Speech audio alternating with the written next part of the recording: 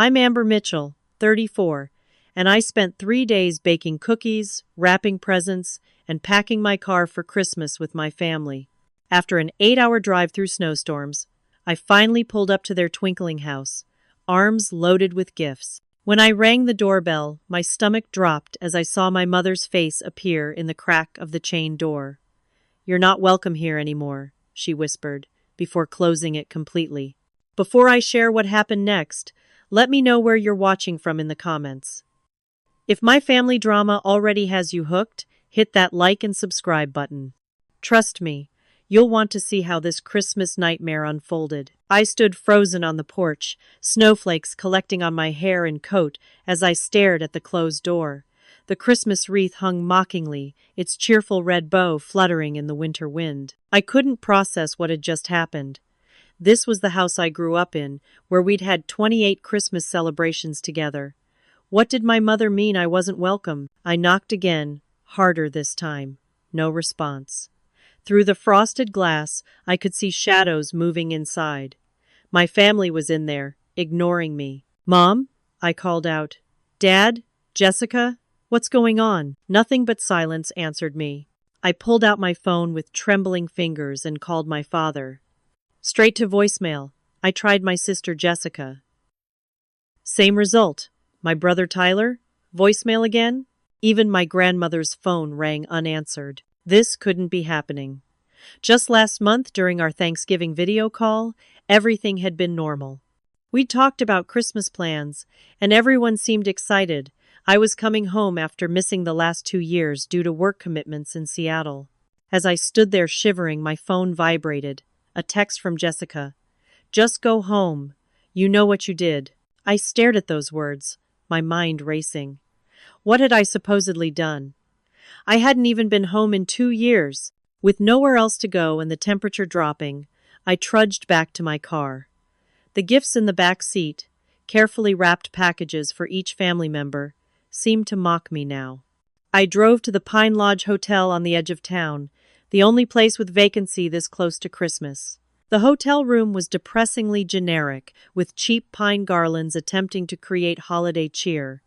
I sat on the bed, scrolling through my social media feed, when my heart stopped. There was my family, all of them, gathered around the Christmas tree I could see through their window. My father Robert, mother Patricia, sister Jessica, brother Tyler, even grandmother Martha. They were smiling, raising glasses in a toast. The caption read, "Perfect family Christmas Eve." Perfect, except I was missing.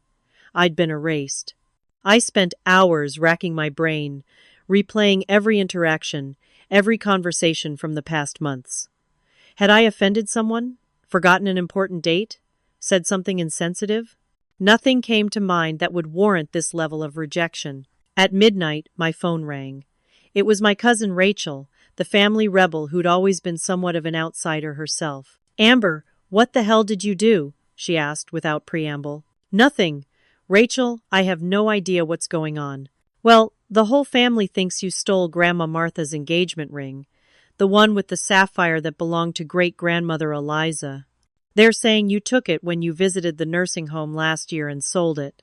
The accusation hit me like a physical blow. That's absurd. I would never steal anything, especially not a family heirloom. "They say they have proof, Amber. Tyler found emails from your account to some pawn shop in Seattle." My mind raced. That's impossible. I never sent any emails about a ring. Someone must have hacked my account. There was silence on the line. "I believe you," Rachel finally said. "But the family doesn't. Tyler showed them everything, and they're convinced. Your mom is heartbroken, and your dad, well, he's furious." As I hung up, a terrible suspicion began forming. This wasn't a misunderstanding. The timing was too perfect, the evidence too convenient. Someone had deliberately set me up, ensuring I'd be cut off from the family just in time for Christmas. But who would do such a thing? And why? I barely slept that night, my mind churning with questions and theories. By morning, I had a plan. If someone was framing me, I needed to clear my name, and fast. My first stop was Oak Ridge Nursing Home, where my grandmother had moved last year after her fall. If this all centered around her ring, she was the logical starting point. The receptionist initially tried to block my visit, saying I wasn't on the approved family list anymore, but a nurse named Diane recognized me and snuck me in during shift change. I found Grandmother Martha in the community room, arranging Christmas ornaments on a small tabletop tree. Her hands, once steady enough to sew intricate quilts, now trembled with age. "Grandma," I said softly. She looked up, and the warmth immediately drained from her face. "You shouldn't be here, Amber. Please, just 5 minutes. I need to understand what's happening." She sighed, motioning to the chair beside her. "I trusted you. We all did. How could you take something so precious?" "I didn't take your ring, Grandma. I swear on everything I hold dear." "Then how do you explain the emails? Tyler showed us everything. You described the ring perfectly to that pawn shop, even mentioned the tiny chip on the sapphire that only family would know about." I leaned forward. "Someone is setting me up. When exactly did the ring go missing?" "Tyler noticed it was gone when he helped me move some things from my jewelry box last month. He was helping organize my valuables for the safe deposit box your father set up. Tyler, he'd discovered the theft, and conveniently found the evidence against me. Has Tyler been acting strangely lately? Is he in any kind of trouble?" Grandmother's eyes narrowed. "Don't you dare try to shift blame to your brother. He's been nothing but helpful, unlike some people." "Please, Grandma, this is important." She hesitated. "Well, I did overhear him arguing on the phone about money. Something about payment deadlines. But that's probably just business stuff. Or gambling debts. Tyler had struggled with gambling in college, a problem the family rarely discussed."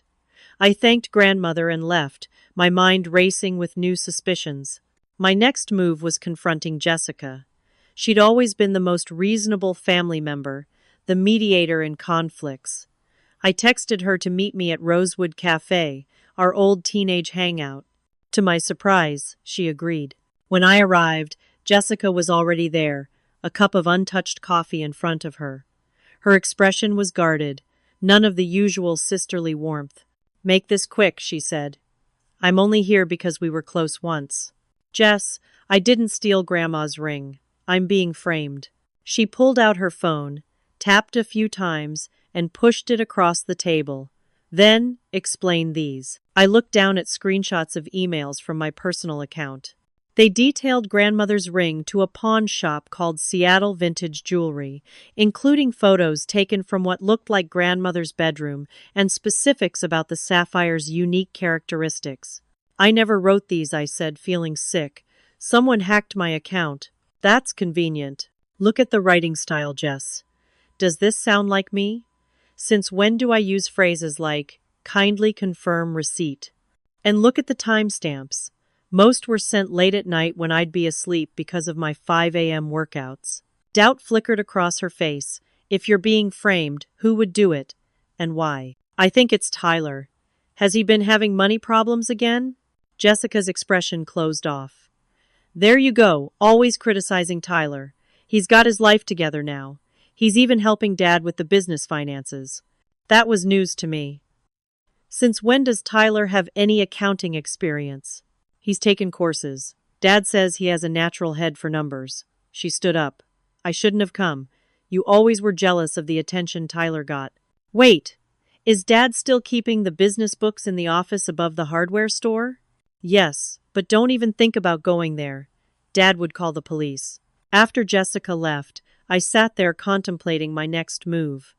The mention of Tyler helping with business finances raised red flags. If he needed money badly enough to steal Grandmother's ring, what might he be doing with access to our father's business accounts? I returned to my hotel room to regroup, only to find the door ajar. Inside, the room had been ransacked.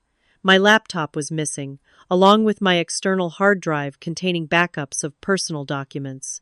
Clothes were strewn everywhere, and the Christmas presents I'd brought were torn open, their contents scattered. Pinned to the pillow was a note.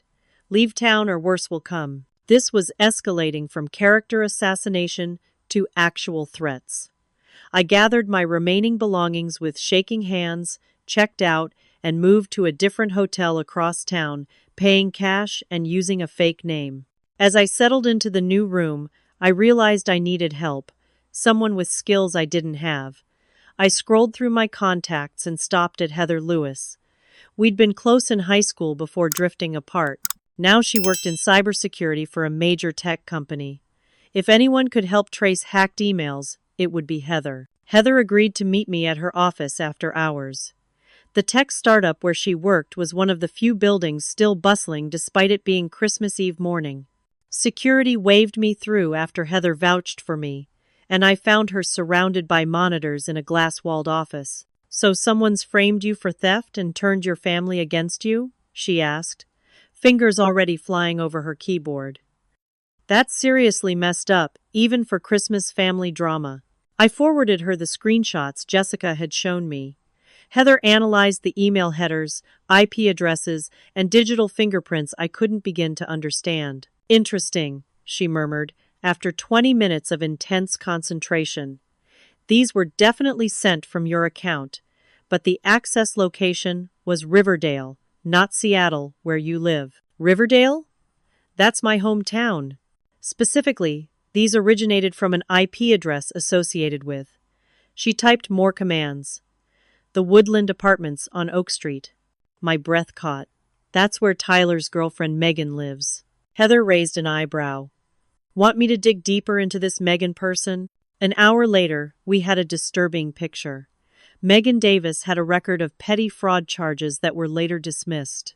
She worked as an administrative assistant at a local finance company, but had recently been on probation for misuse of client information. Most tellingly, Heather found social media posts showing Megan wearing expensive new jewelry that a junior office worker couldn't possibly afford.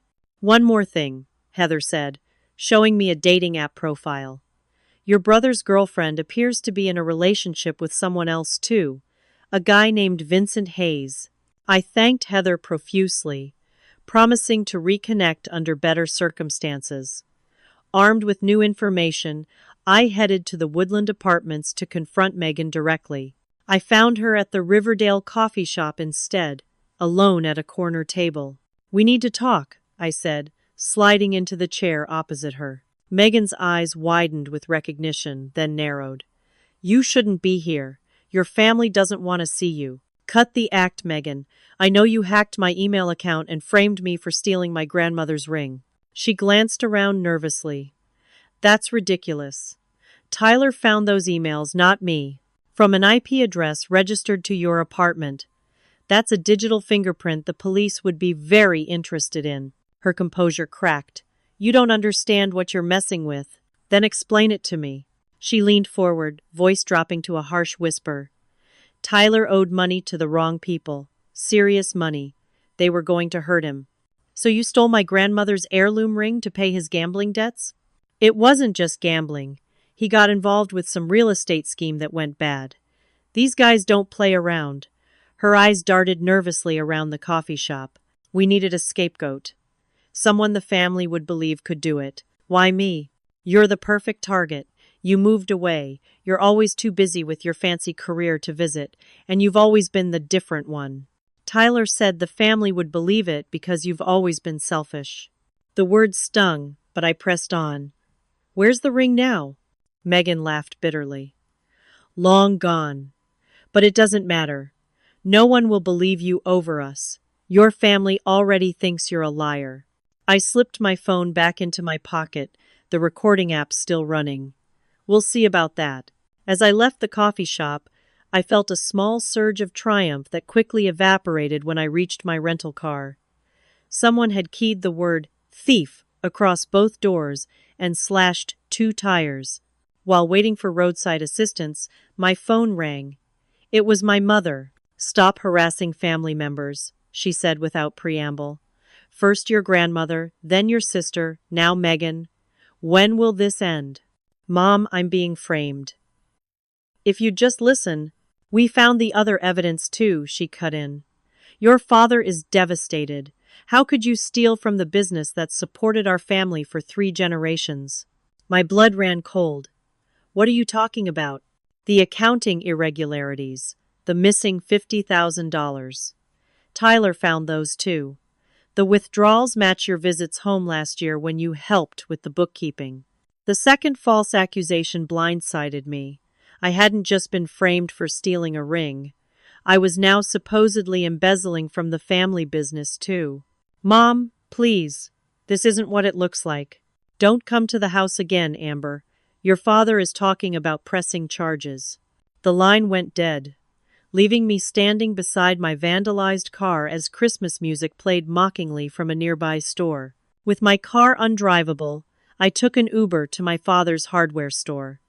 Mitchell Family Hardware had been a town fixture for 60 years, started by my grandfather and expanded by my father. The store was closed for Christmas Eve, but I still had my old emergency key that opened the side entrance leading to the upstairs office. The familiar smell of wood, metal, and the cinnamon potpourri my mother insisted on placing throughout the store hit me as I entered.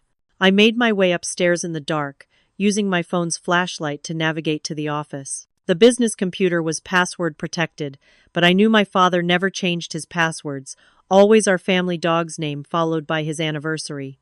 Sure enough, Rusty 0612 still worked. I began examining the accounting files. It didn't take long to find the discrepancies. Someone had created a dummy vendor account called AM Consulting, my initials, and authorized multiple payments totaling exactly $50,000 over 6 months. The transfers went to an account I'd never seen before, but the authorization logs showed my credentials. Just like the emails, I'd been digitally framed. I was so absorbed in following the money trail that I didn't hear the office door open. "What the hell are you doing here?" I jumped at my father's voice. He stood in the doorway, face flushed with anger, still wearing his coat and gloves. "Dad, I can explain." "Explain breaking into my business after stealing from it?" The security system alerted me to movement. I should have called the police instead of coming myself. "I didn't steal anything from you or the business. Someone is setting me up." I gestured to the screen. "Look at these transactions. They're forgeries." His expression remained stony. "Tyler already showed me everything. The transfers, the fake consulting company, all traced back to you. How could you do this to us? To me? Dad, please. Tyler is behind this. He's in trouble with some dangerous people. He and his girlfriend stole Grandma's ring and now they're embezzling from the business. Stop blaming your brother. He's the one who discovered what you did. He's been working day and night to keep this business afloat while you're off in Seattle with your big career, too important to care about family." I fought back tears. "That's not fair. I've always cared. But something's not right here. These transactions don't make sense. The logging timestamps are inconsistent, and the transfer patterns don't match normal business operations." For a moment, doubt flickered across his face, but then his expression hardened again. "I've called security. They're on their way. I suggest you leave before I decide to press charges." "Dad." "Now, Amber. And don't come back." I gathered my things quickly, heart pounding as I heard the security company's car pulling up outside. I slipped out the back just as the guard entered through the front, clutching printouts of the suspicious transactions. Once safely away, I called Scott Williams, the family's accountant who'd been doing our business taxes since before I was born. "Scott, it's Amber Mitchell. I need your help." "Amber," he sounded uncomfortable. "I don't think I should be talking to you right now. Please, just 5 minutes. Did you notice anything unusual about the business accounts recently? Anything that didn't add up?" There was a long pause. I did flag some concerns about new vendor accounts and irregular payment patterns to your father last month. He said Tyler was handling it, and did that seem right to you? Tyler suddenly managing complex accounting? Another pause. "Not particularly, no. But it's not my place to question family dynamics. What about the transfers to AM Consulting? Did those look legitimate to you?" "Amber, I really can't discuss this with you. Your father made it clear the family financial matters are sensitive right now." "Scott, I'm being framed. Those transfers using my initials? I never set up that company. I never took that money. I need to go. I'm sorry, Amber." I was about to respond when my bank app notification chimed. My accounts had been frozen due to a fraud investigation.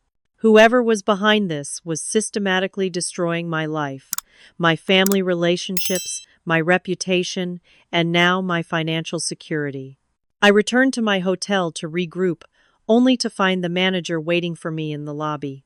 "I'm sorry, Miss Mitchell, but your credit card has been declined. We'll need another form of payment, or you'll have to vacate the room." With my accounts frozen and less than $100 cash, I was now effectively homeless on Christmas Eve. As I sat in my car contemplating my next move, the reality of my situation crashed down on me. In less than 48 hours, I'd lost my family, my reputation, my financial security, and now my shelter, all orchestrated by someone I once trusted.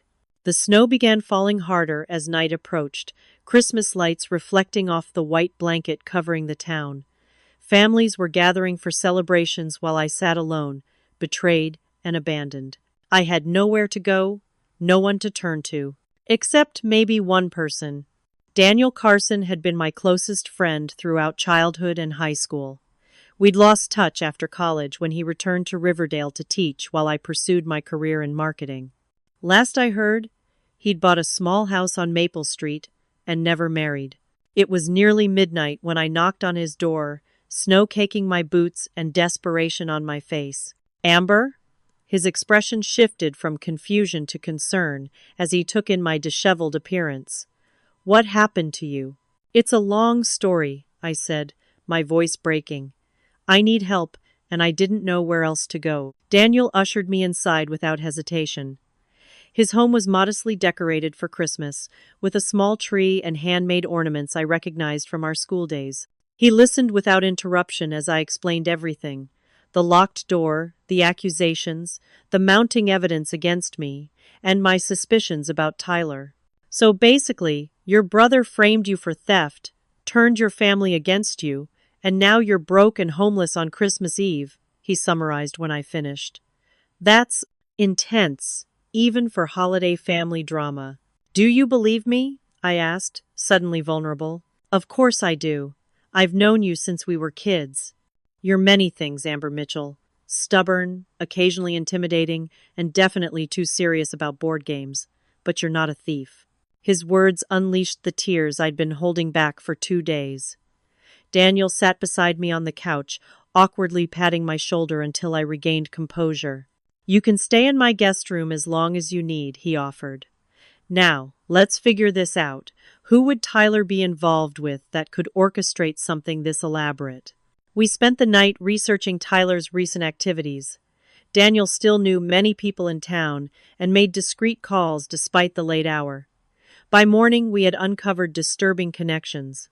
Tyler had been frequenting the Riverwood Casino in the next county, often in the company of a man named Vincent Hayes.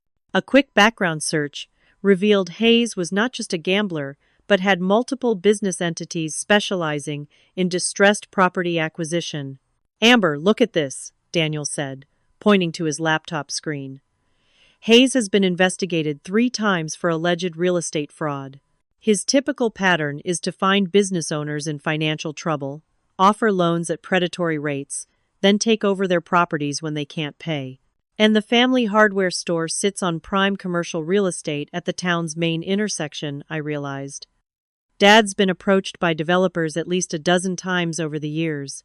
But your father would never sell willingly," Daniel added. "The store is his legacy." So they needed a different approach.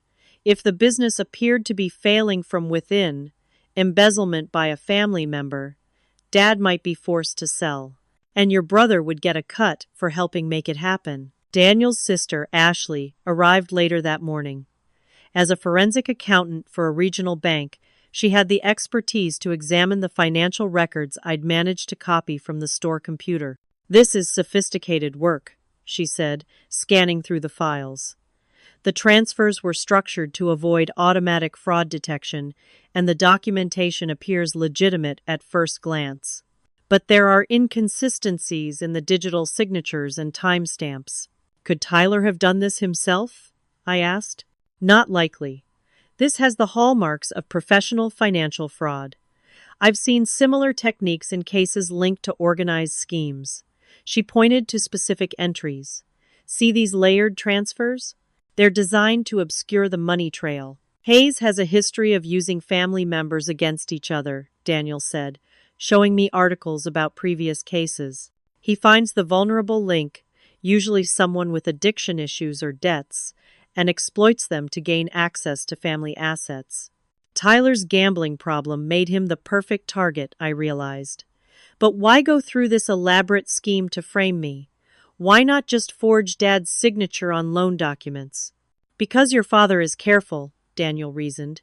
He'd notice unauthorized loans or liens against the property. But a family scandal involving theft? That creates emotional distress and distraction while they work on the real goal. We need to warn them, I said. First, we need more concrete evidence, Ashley cautioned. Right now, it's still your word against Tyler's, and your family has chosen to believe him. As Ashley continued analyzing the financial records, Daniel received an alarming call from a friend at the county clerk's office. Tyler had signed over his inheritance rights to an LLC controlled by Hayes. If anything happened to my father, Tyler's portion of the business would belong to Hayes. They're closing the trap, I said. We need to move quickly. As night fell, Daniel drove to the edge of town to meet a former client of Hayes who had agreed to speak with us anonymously. The man confirmed our worst fears. Hayes doesn't just want your father's property, Daniel reported back. He's targeting 3 adjacent properties to assemble a parcel for a major development. Your family's store is the centerpiece, but they need all 4 to make the project viable.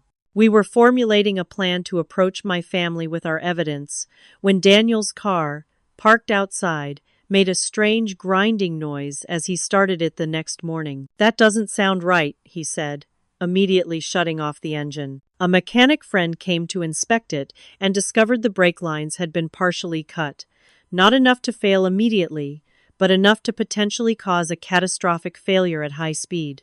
Someone doesn't want you investigating, he told Daniel grimly. This wasn't an accident. The stakes had escalated from character assassination to potential murder.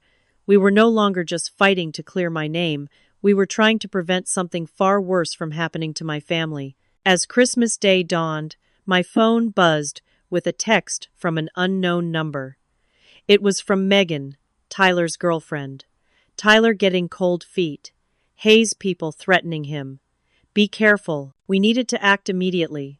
My family was gathering for Christmas dinner that evening, and everyone would be together. It was our best chance to present the evidence and warn them about Hayes. It's risky, Daniel warned. Hayes and his people could be watching the house. We don't have a choice, I replied. If we don't do something now, my family could lose everything, or worse. We spent the day compiling our evidence into a comprehensive package: financial records, background information on Hayes, testimonials from his previous victims, and the recording of Megan's confession. By late afternoon, we were ready. Whatever happens, Daniel said, as we prepared to leave, I've got your back.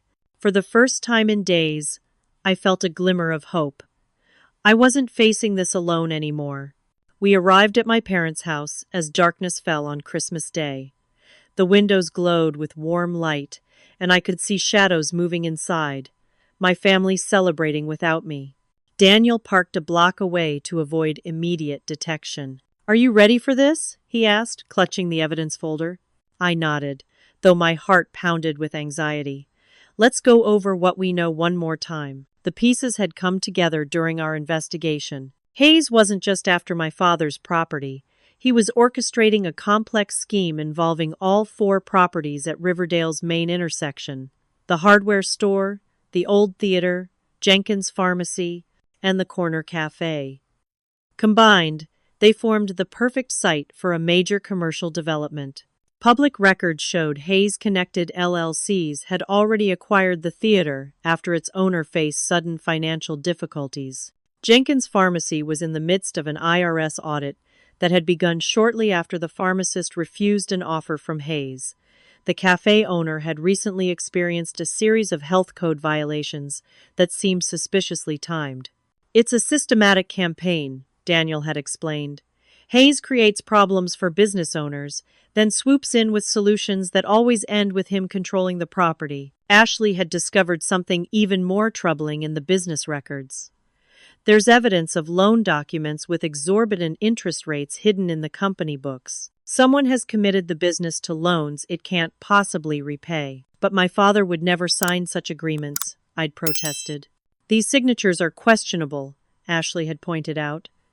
If I were investigating officially, I'd flag them as potential forgeries. The picture became clear. Tyler, deep in gambling debt to Hayes, had become an unwitting pawn in a larger scheme. He'd likely started by just providing access and information, but had graduated to active participation in framing me and potentially forging documents. The fraudulent accounting entries were designed to make the business appear financially unstable, creating an opening for Hayes to offer assistance that would ultimately result in taking over the property. A former Hayes victim had confirmed the pattern. First, they isolate the business owner by creating family conflict. Then they introduce financial problems that only they can solve. By the time you realize what's happening, you've signed everything away. Now, standing outside my childhood home on Christmas night, I steeled myself for the confrontation ahead. Remember, Daniel said, Tyler may be a victim too, even if he's also culpable. Hayes is the real enemy here. We approached the front door, evidence folder in hand. I took a deep breath and rang the doorbell. The door swung open to reveal my sister Jessica, her holiday sweater and warm smile freezing as she recognized me. You've got to be kidding me. Please, Jess, 5 minutes. It's important, more important than you know. You're not welcome here, Amber. Dad will. Jessica, who is it? My father's voice called from inside. He appeared behind her, his face hardening at the sight of me. I told you not to come back. Sir, Daniel stepped forward. My name is Daniel Carson. I was a friend of Amber's growing up. What she's about to show you affects the safety of your entire family and the future of your business. Daniel Carson? Martha's boy? My father's stern expression softened slightly with recognition. You grew up to be a teacher, if I recall. Yes, sir. Now I need you to listen to Amber. She's not who you've been led to believe. Perhaps it was the seriousness in Daniel's tone, or the respect my father had always had for Daniel's family, but he hesitated. 5 minutes. That's all. We stepped into the warmth of the house I'd grown up in. The Christmas tree stood in its usual spot by the fireplace, presents scattered beneath it. Family photos lined the mantel, including ones with me, not yet removed despite recent events. The family gathered in the living room, my mother looking torn between anger and confusion, grandmother Martha in her wheelchair, Jessica hovering protectively near them. Tyler sat apart, his face pale and drawn. When he saw me, panic flashed in his eyes. What is she doing here? He demanded, standing abruptly. Sit down, Tyler, my father ordered. Let's hear what they have to say. I opened the evidence folder and began methodically presenting what we'd discovered, the connections between Tyler and Vincent Hayes, the real estate scheme targeting businesses at the town's main intersection, the forensic accounting evidence showing sophisticated fraud patterns. These accusations against me were fabricated, I explained, keeping my voice steady despite the emotion threatening to overwhelm me. The email account was hacked from Megan's apartment. The business accounting fraud shows patterns consistent with professional financial criminals, not an amateur like me. My mother's expression shifted from skepticism to uncertainty. But the ring, your grandmother's ring, was likely taken by Tyler to pay gambling debts, I said gently. I have a recorded confession from Megan confirming it. That's a lie, Tyler shouted, jumping to his feet. She's making all this up. Tyler, my father said quietly, sit down. You're going to believe her?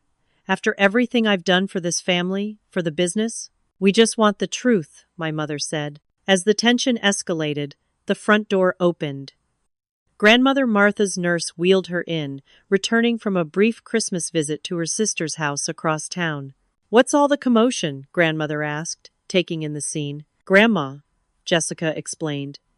Amber is trying to convince us that Tyler framed her for stealing your ring. Grandmother's eyes widened. Oh, that reminds me. I found the ring yesterday, in the pocket of Tyler's old coat that he left at the nursing home. I meant to tell everyone, but with the Christmas excitement. She reached into her purse and pulled out the sapphire ring, its blue stone catching the light. The room went silent. All eyes turned to Tyler, whose face had drained of color. "Tyler?" my father asked, his voice dangerously quiet. "Explain." Tyler's composure cracked. He collapsed back into his chair, head in his hands. "You don't understand. They were going to hurt me. I owed them money, a lot of money, and they wouldn't wait anymore." "So you stole your grandmother's ring and framed your sister?" my mother asked, horror in her voice. "Hayes said we needed a distraction, someone to take the blame while you what?" my father demanded. Before Tyler could answer, headlights swept across the front windows as a car pulled into the driveway. Through the curtains, I could make out 3 men approaching the house. "He's here," Tyler whispered, terror in his eyes. "Vincent Hayes." The doorbell rang, its cheerful tone incongruous with the dread that had settled over the room. My father moved to answer it, but I grabbed his arm. "Dad, don't. These men are dangerous. They're here to force you to sign over the business." For the first time since I'd arrived, my father looked at me with something other than anger or disappointment. "What should we do?" "Call the police," Daniel suggested. Tyler shook his head frantically. "No, you don't understand what they'll do." The doorbell rang again, more insistently. "We know you're in there, Mitchell," a voice called. "Open up. We have business to discuss." My father drew himself up, decision made. "This is still my home, and that's still my business. I'm not signing anything over to anyone." As he moved toward the door, I felt a surge of both pride and fear. My family was finally coming together, but we were about to face a dangerous confrontation on what should have been a peaceful Christmas night. The tension in the room was unbearable as my father approached the front door. I exchanged a worried glance with Daniel, who positioned himself protectively near my mother and grandmother. "Robert Mitchell," the voice outside called again. "We have a contract to finalize. Don't make this difficult." My father opened the door just enough to speak through the gap. "I'm not signing anything tonight. This is Christmas, and I'm with my family." "That's why we're here," the voice replied smoothly. "Family matters should be settled together, don't you think?" I moved to stand beside my father, getting my first clear view of Vincent Hayes.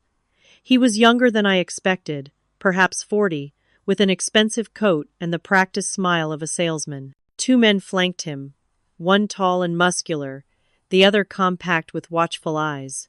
"Mr. Hayes," I said, "we know about your scheme. We have evidence of the fraud, the forged signatures, everything. The police are on their way."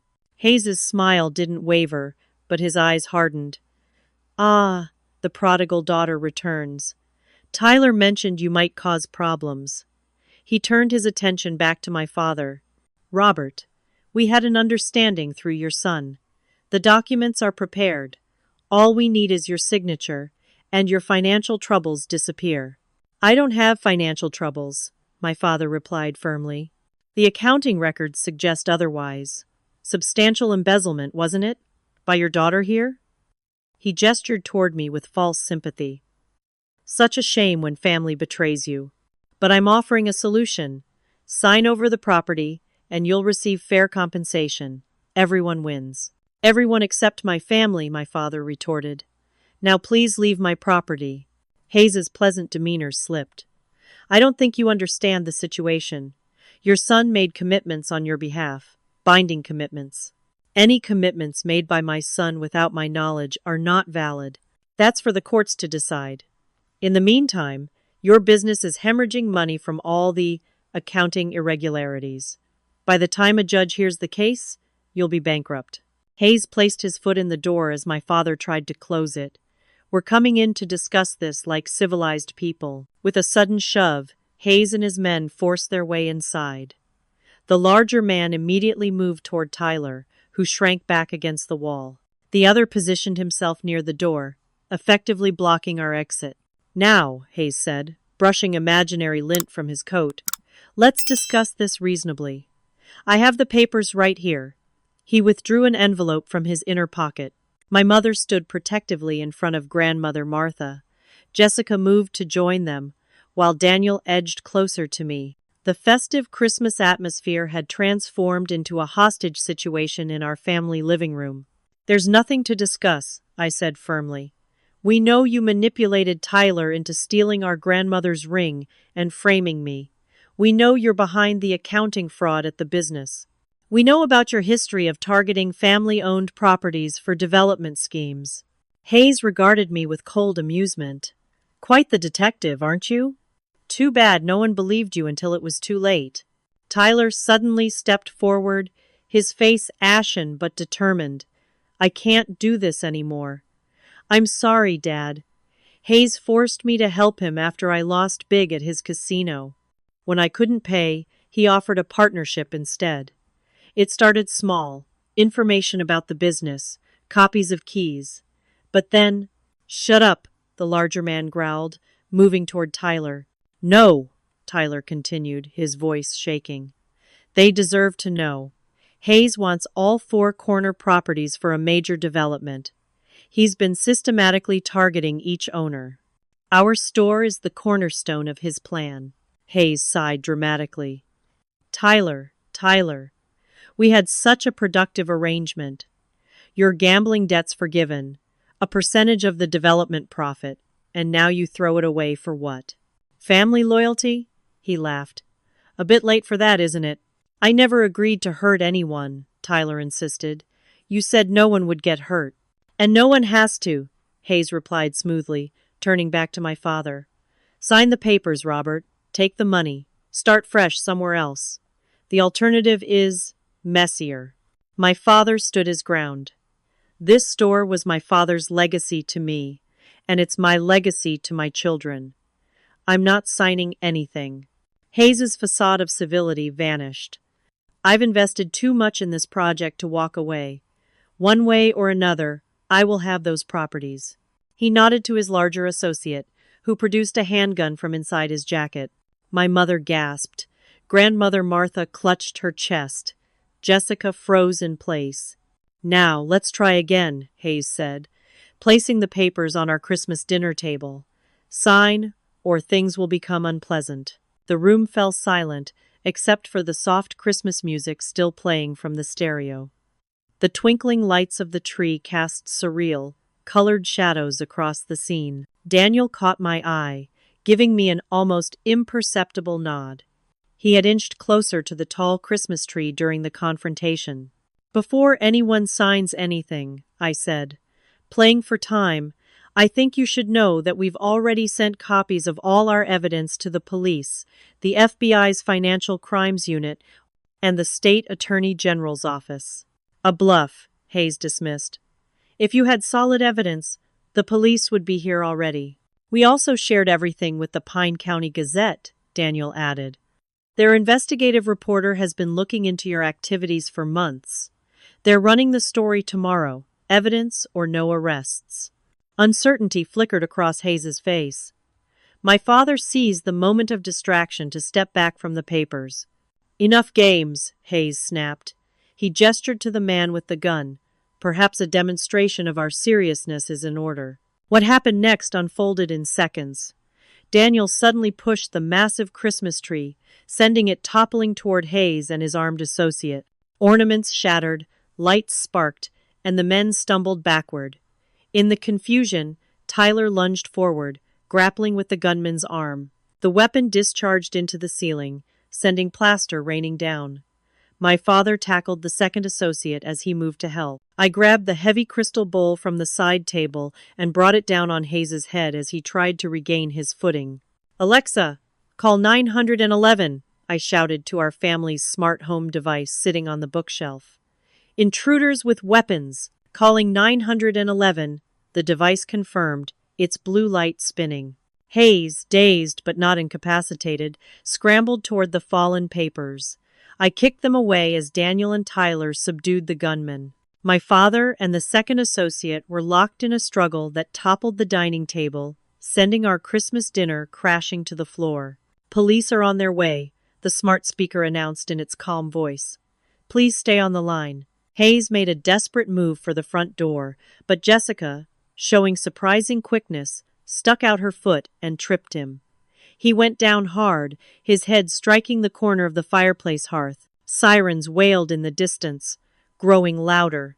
The fight seemed to go out of Hayes's associates as they realized their situation was deteriorating rapidly. "It's over, Hayes," I said, standing over him as he groaned on the floor. "Your scheme, your threats, all of it." As police cars screeched into our driveway, lights flashing through the windows, Hayes glared up at me with pure hatred. "This isn't over. You have no idea who you're dealing with." "Neither did you," my father replied, coming to stand beside me. In the midst of the destroyed Christmas decorations and scattered dinner, my family had finally united. The door that had been chained against me just days ago now stood open as police officers rushed in. As Hayes and his men were handcuffed and led away, I looked around at the chaos, the toppled tree, the broken ornaments, the ruined dinner, and felt an unexpected wave of gratitude. Despite everything, we were together, and this time we were on the same side. The aftermath of the confrontation was chaos. Police officers filled our living room, stepping carefully around broken ornaments and scattered tinsel. Paramedics checked everyone for injuries, while detectives took preliminary statements. Hayes and his associates were placed in separate patrol cars outside, their faces illuminated by flashing red and blue lights. "You'll need to come to the station tomorrow to give formal statements," Detective Wilson informed us after the initial interviews. "In the meantime, we'll have a patrol car stationed outside your house tonight. These men have connections, and we can't be too careful." As the police activity wound down, we surveyed the devastation of what should have been our Christmas celebration. The tree lay on its side, ornaments shattered across the floor. The dining table was overturned, our holiday feast spilled across the carpet. Even the wall bore a bullet hole from the discharged weapon. "Well," my mother said with forced brightness as the last officer left, "this isn't quite how I imagined our Christmas dinner." A strange, tension-breaking laugh bubbled up from Jessica, then spread to the rest of us, the kind of inappropriate laughter that comes from pure emotional release. Soon we were all laughing, the absurdity of our situation temporarily overwhelming the danger and betrayal we'd experienced. When the laughter subsided, an awkward silence fell. My family looked at me with new eyes, the accusations and anger replaced with confusion, and the dawning realization of their mistake. "Amber," my father began, his voice uncharacteristically hesitant, "I don't know how to even begin to apologize." "Not now, Dad," I said gently. "We're all exhausted and overwhelmed. Let's just focus on cleaning up and making sure everyone's safe." Together, we righted the dining table and salvaged what food we could. Daniel helped my father board up the broken window, while Jessica and I swept up broken glass and ornaments. My mother and grandmother sorted through the gifts, many of which had been crushed in the melee. We worked mostly in silence, the weight of the past few days hanging heavy between us. Only Tyler remained apart, sitting alone in the corner, shame evident in every line of his body. Eventually I approached him, kneeling to meet his downcast eyes. "We need to talk about what happens next." He nodded miserably. "I'll pack my things. I know I can't stay here after what I did." "That's not my decision to make," I replied. "But first we need to understand exactly what happened. How deep are you in with Hayes and his organization?" Tyler's story emerged in halting fragments. What had begun as occasional gambling at Riverwood Casino had escalated to serious debts. Hayes had initially appeared as a savior, offering to cancel the debt in exchange for small favors, information about our family business, copies of keys, details about our grandmother's valuable possessions. "He made it seem reasonable at first," Tyler explained. "Just business intelligence, he called it. But then he wanted me to create problems in the business accounting to make it look like we were in financial trouble. When I hesitated, he showed me pictures of Jessica leaving work, of Mom shopping alone. The message was clear. 'So you stole Grandma's ring,' I said, not as an accusation but to establish facts." He nodded, unable to meet my eyes. "They said they just needed collateral, that they'd return it once the business deal went through. But then Hayes decided we needed a scapegoat for the financial issues they were creating. Someone the family would believe could do something like that. And you chose me. You were the logical target, he admitted with bitter self-loathing. You'd been gone for years, focused on your career. Hayes said the family would easily believe you'd put yourself first. And he wasn't wrong. The truth of that statement hung in the air between us. My family had been all too willing to believe the worst of me, to accept that I would steal from them without questioning the evidence or giving me a chance to defend myself. Our conversation was interrupted by a loud crash from the front of the house. We rushed to the living room to find the front window shattered, a brick lying amid fresh glass on the floor. Attached to the brick was a note. "This isn't over." Detective Wilson had been right about Hayes having connections. Despite his arrest, his organization was sending a clear message that they could still reach us. My father immediately called the police while Daniel and I checked the perimeter of the house. 2 masked figures were running down the street, disappearing into the darkness before we could identify them. When the patrol car arrived, the officers conducted another sweep of the property and confirmed they'd increase surveillance overnight.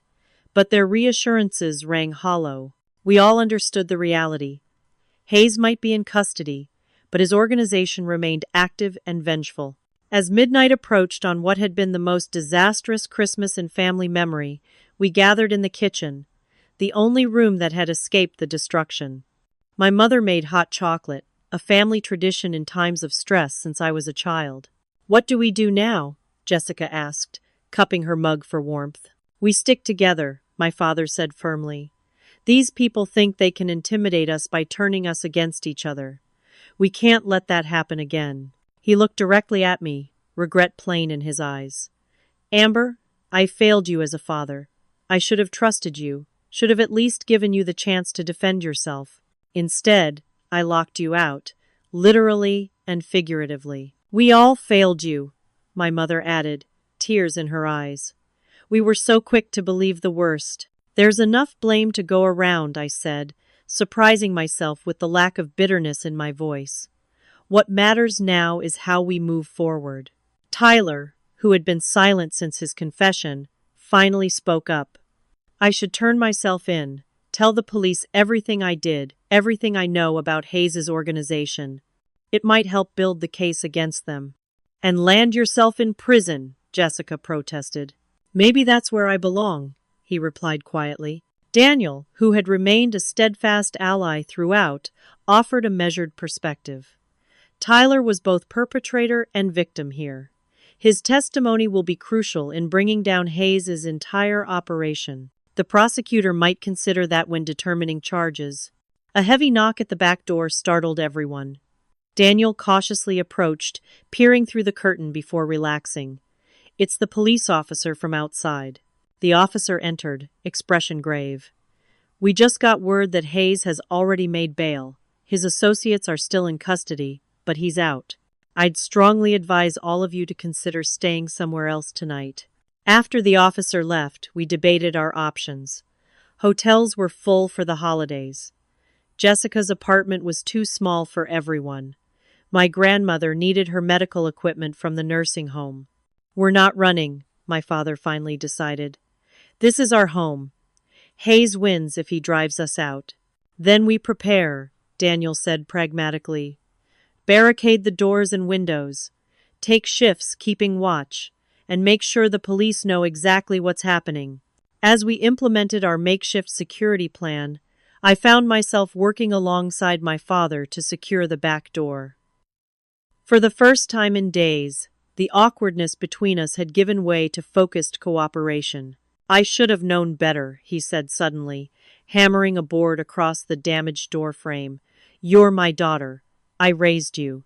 How could I have believed you'd steal from us?" "Because Tyler made sure the evidence was convincing," I replied. "And because maybe there was already distance between us that made it easier to believe." He paused, hammer mid-swing. "When did that happen? When did we become strangers?" "It was gradual. My career took me away physically, but I think we were drifting apart before that. You and Tyler share the business, share interests. We We stopped having things in common. That's no excuse for what happened. No, it's not, I agreed, but understanding it might help us prevent it from happening again. A crash from the front of the house cut our conversation short. We rushed to find the front door splintered, Hayes standing in the doorway with 3 men behind him. Unlike his earlier polished appearance, he now looked disheveled and dangerous. A cut on his forehead from his earlier fall. "You cost me everything," he snarled. "My reputation, my investors, my project. If I'm going down, I'm taking your precious family business with me." One of his men brandished a gasoline can, the threat unmistakable. My father stepped forward protectively. "Get out of my house." "Sign over the property now," Hayes demanded, producing papers from his jacket, "or watch it burn." "The police are on their way," my mother warned from behind us. Hayes laughed. "Police response time to this neighborhood is 8 minutes. I checked. We'll be done in 5. Daniel had been inching toward the kitchen. Now he caught my eye and mouthed smart speaker. I understood immediately. "Alexa," I called out clearly. "Call 911. Intruder with weapon." "Calling 911. The device responded. Hayes lunged forward, but my father intercepted him. They crashed into the remains of the Christmas tree as the rest of us scattered. Daniel tackled one of Hayes's men, while Tyler, in a surprising show of courage, grabbed the man with the gasoline can. The third intruder came after me. I backed away, looking frantically for a weapon. My hand closed around one of the surviving Christmas ornaments, a heavy crystal star. I hurled it at his face, catching him off guard. Jessica and my mother had pulled grandmother's wheelchair to safety in the hallway. Now Jessica emerged with our father's shotgun from the hall closet. She didn't point it, but her expression left no doubt she would use it if necessary. "Enough!" she shouted over the chaos. The fighting paused, all eyes on the weapon in her hands. In the distance, sirens wailed again, growing louder by the second. Hayes, pinned beneath my father, gave a final, desperate laugh. "This isn't just about your property anymore. This is personal. My organization will make sure none of you ever feel safe again." Daniel, restraining one of Hayes's men with surprising strength, responded calmly, "Your organization is finished. While you were planning this idiotic revenge, the police have been raiding your office, seizing your records, freezing your accounts. It's over, Hayes." Hayes's expression revealed the truth of Daniel's words. This wasn't a calculated move by a criminal mastermind. It was the desperate act of a man who had lost everything and wanted to lash out. As police cars screeched to a halt outside for the second time that night, I looked around at my family, battered, frightened, but standing together. The home that had locked me out days ago had become a battlefield where we had fought side by side. In that moment, I realized something profound had shifted. The chain on the door had been broken, literally and figuratively. Whatever happened next, we would face it as a family. Dawn broke on December 26th, pale winter light filtering through makeshift window coverings. None of us had slept much. After Hayes and his men were taken away, this time with no possibility of bail, we had spent the night in shifts, too wary to fully rest despite police assurances. Our home resembled a disaster zone. Christmas decorations lay in ruins, furniture was overturned or broken, and boards covered the windows and doors where glass had shattered. The holiday feast remained largely uneaten, congealed and forgotten amid the chaos. I found my mother in the kitchen, attempting to salvage breakfast from what remained in the refrigerator. She looked exhausted, dark circles under her eyes, but she managed to smile when she saw me. "Coffee's ready," she offered, pushing a mug toward me. "Thanks." I took it gratefully, the warmth seeping into my cold hands. "How's Grandma doing?" "Surprisingly well. You know her. She's saying this is the most exciting Christmas since 1964, when Uncle Frank set the turkey on fire." She paused, then added quietly, "Amber, I don't know if I can ever make up for not believing you." I considered her words carefully before responding. "It hurt," I admitted. Standing on the porch, being treated like a stranger, or worse, a criminal. but I understand how convincing the setup was. That's no excuse. You're my daughter. I should have at least listened. Yes, you should have, I agreed, unwilling to completely absolve her just yet. But families are complicated. Trust is easy to break and hard to rebuild. Are you willing to try? She asked, vulnerability etched in every line of her face. Before I could answer, my father entered, followed by Daniel and Jessica.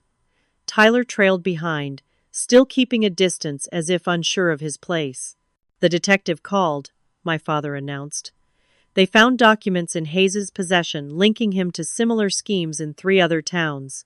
It seems we were just the latest targets in a pattern of fraud and intimidation. What happens now? Jessica asked, pouring coffee for everyone. The prosecutor wants statements from all of us today, he replied. Particularly from Tyler. All eyes turned to my brother, who looked more defeated than I'd ever seen him. I'll tell them everything, he said.